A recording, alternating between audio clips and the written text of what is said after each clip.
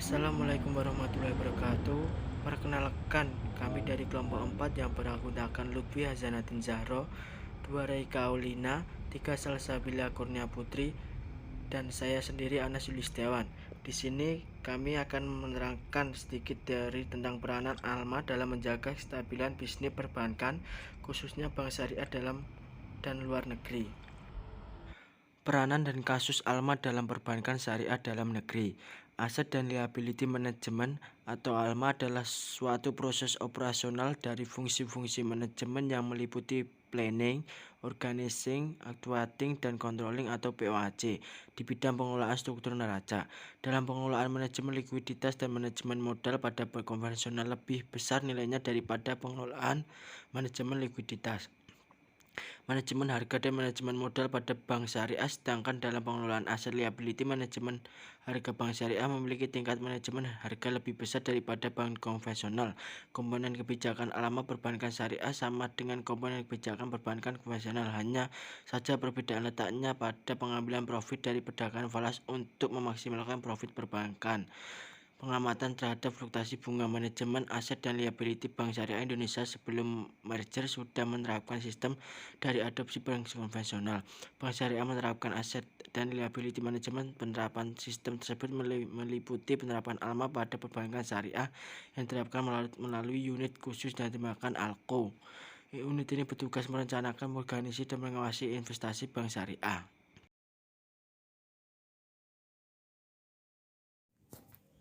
Untuk slide selanjutnya ada peranan dan kasus Alma dalam perbankan luar negeri. Pendekatan Alma sudah banyak digunakan oleh perantara keuangan untuk mengelola neraca perusahaan. Mulai dari tahun 1990-an, beberapa negara maju mengadaptasi pendekatan yang sama dalam pengelolaan aset dan kewajiban negara. Contohnya Selandia Baru menjadi salah satu pelopor untuk memperkenalkan pendekatan Alma yang komprehensif. Sementara negara-negara seperti Denmark mengadopsi Alma dalam lingkup yang sempit. Negara Denmark sebelum tahun 1991 merupakan kantor manajemen utang Denmark adalah bagian dari Kementerian Keuangan.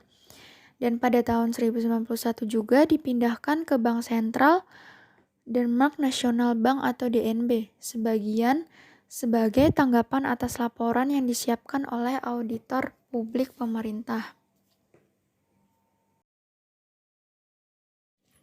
Sejak tahun 1991, DNB atau Denmark National Bank telah menjalankan semua fungsi administratif yang terkait dengan pengelolaan utang pemerintah. Pembagian tanggung jawab dituangkan dalam kesepakatan antara Kementerian Keuangan dan Denmark National Bank atau DNB. Penerapan Alma pada Denmark National Bank melihat aset dan kewajiban saat mengelola resiko suku bunga bank. Strategi penerbitannya menyangkut volume penerbitan pemerintah pusat dan pilihan instrumen utang, serta termasuk target penerbitan SUN pada tahun mendatang atau surat utang negara. Strategi tersebut ditentukan berdasarkan berbagai faktor seperti kondisi pasar dan persyaratan pinjaman yang diharapkan dari pemerintah pusat. Sedangkan konsep aset dan liabilitas manajemen untuk perbankan syariah adalah kegiatan mengoptimalkan struktur neraca bank syariah dengan berbagai alternatif yang tersedia untuk memaksimalkan laba sekaligus membatasi risiko menjadi sekecil mungkin. Konsep dari Alma tersebut tidak hanya diterapkan pada perbankan syariah saja, tetapi sudah terlebih dahulu diaplikasikan pada bank konvensional, bahkan konsep itu merupakan adopsi dari teori konvensional. Selanjutnya, penerapan aset dan liabilitas manajemen pada lembaga perbankan. Baik itu bank syariah maupun bank konvensional harus melalui tahap penilaian terhadap budget, membuat rencana pendapatan, penilaian kinerja investasi pada masa lalu, memantau distribusi aset dan liabilitas bank, dan menerapkan strategi aset dan liabilitas. Lebih spesifiknya, berikut ini dijelaskan penerapan tahap-tahap tersebut pada perbankan syariah. Yang pertama, penilaian budget. Tahap ini, Bank Syariah membuat perencanaan keuangan terkait dana yang dapat digunakan untuk investasi. Dengan kata lain, Bank Syariah menilai sejumlah dana yang tersedia atau belum tersedia baik berasal dari penjualan saham, dana pihak ketiga atau DPK, dan dana pinjaman dari pihak lain. Tujuan penilaian ini ialah membantu Bank Syariah melihat potensi dana yang dapat diperoleh dan memudahkan bank membuat rencana penganggaran modal. Yang kedua, membuat rencana pendapatan.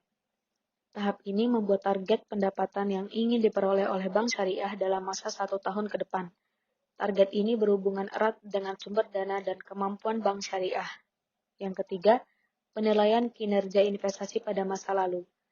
Penilaian kinerja investasi pada masa lalu diperuntukkan bagi Bank Syariah untuk memprediksi kemungkinan-kemungkinan yang akan terjadi atas segala kebijakan yang diambil oleh pihak bank.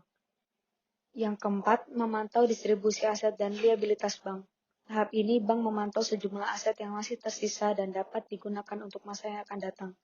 Maksud dari aset yang masih tersisa ini ialah sejumlah dana baik itu dalam bentuk kas, piutang, pembiayaan atau bentuk lainnya yang telah jatuh tempo atau hampir jatuh tempo, sehingga dana ini dapat digunakan untuk investasi selanjutnya.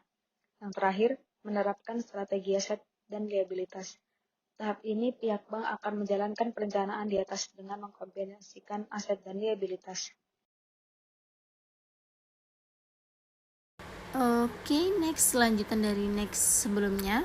Serangkaian tahapan di atas diterapkan dalam manajemen aset liabilitas atau aset liability management.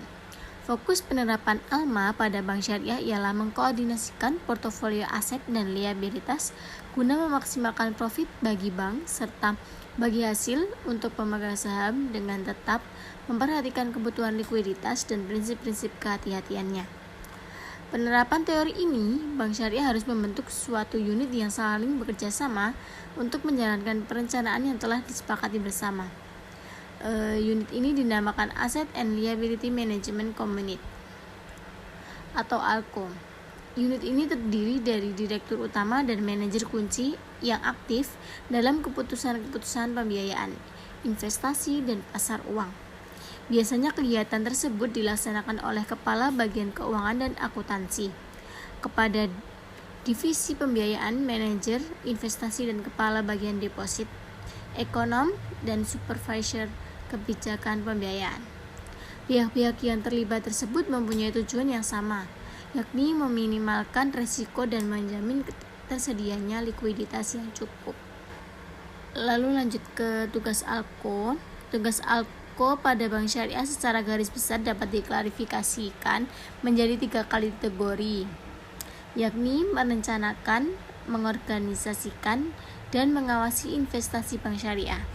Tugas ini terkait dengan keputusan investasi yang telah direncanakan dalam rencana keuangan atau budgeting. Adapun maksud dari keputusan investasi ialah seluruh proses perencanaan dan pengambilan keputusan mengenai pengeluaran dana untuk mendapatkan manfaat dari investasi tersebut berupa keuntungan. Sedangkan perencanaan yang dimaksud ialah target atau sasaran yang telah ditetapkan untuk dicapai dalam waktu 1 tahun, 6 bulan atau 3 bulan.